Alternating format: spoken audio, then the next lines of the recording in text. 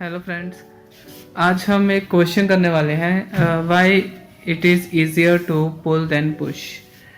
तो ये एक 9th क्लास से लेके +2 तक सभी के लिए एक इम्पोर्टेंट क्वेश्चन है और ये +1 के एग्ज़ाम में ज़्यादा पूछा जाता है। तो हम इसे ज़्यादा डिटेल में करेंगे और समझेंगे कि ऐसा क्यों है, और ये हमारी कॉमन सेंस के लिए, हमारी जनरल नॉलेज के लिए भी बहुत ज़रूरी है। तो क्वेश्चन ये है कि किसी चीज़ को पुल करना इजी क्यों होता है एज़ कम्पेयर टू उसे पुश करने के। तो इसका आंसर हम फिज़िक्स में ढूंढेंगे क्या है।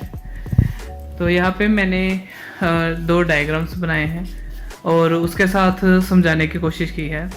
तो जब हम किसी भी चीज़ पे फोर्स लगाते हैं तो फोर्स अपने कंपोनेंट्स में ब्रेक हो जाती है। अगर मैं किसी चीज़ पे इंक्लाइंड फोर्स लगाता हूँ, किसी एंगल पे फोर्स लगाता हूँ, तो वहाँ पे उसके दो कंपोनेंट्स बनते हैं, एक हॉरिजॉन्टल एंड एक वर्टिकल।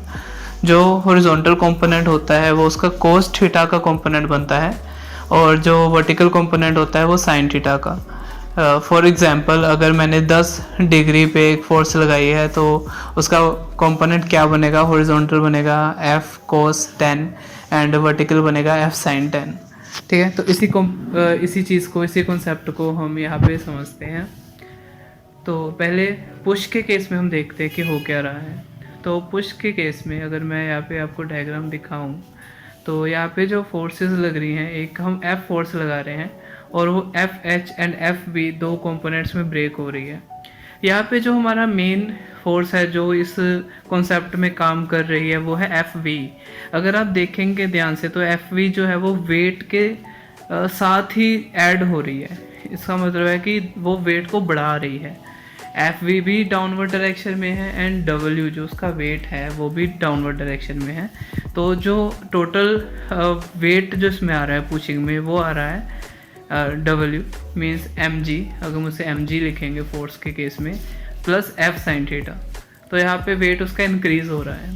पुश के केस में वेट इंक्रीज़ हो जाता है, इसलिए पुश करना थोड़ा डिफ़िकल्ट रहता है। अभी मैं इसे अगर पुल के साथ देखूँ तो पुल वाले डायग्राम में अगर आप देखो तो वहाँ पे जो FV फोर्स है वो ऑपोजिट लग रही है। यहाँ पे भी सेम कंपोनेंट बन रहे हैं, लेकिन यहाँ पे कंपोनेंट जो FH है वो अंदरली डायरेक्शन में आ रहा है। अंदर डायरेक्शन में क्यों आ रहा है? क्योंकि हम यहाँ पे पुल कर रहे हैं। तो FV जो उसका बनेगा वो अपवर्ड डायरेक्शन में बनेगा। तो FV जो है वो अब ऑपोजिट है W के। तो यहाँ पे जो मास है वो उसको रिड्यूस कर रहा है। जहाँ वो पिछले केस में वेट को बढ़ा रहा था, यहाँ पे वेट को रिड्यूस कर रहा है। तो टोटल वेट जो आएगा वो आएगा W minus FV means mg minus F sin theta. तो वेट यहाँ पे कम हो जाएगा, इसलिए पुल करना इजी हो जाएगा।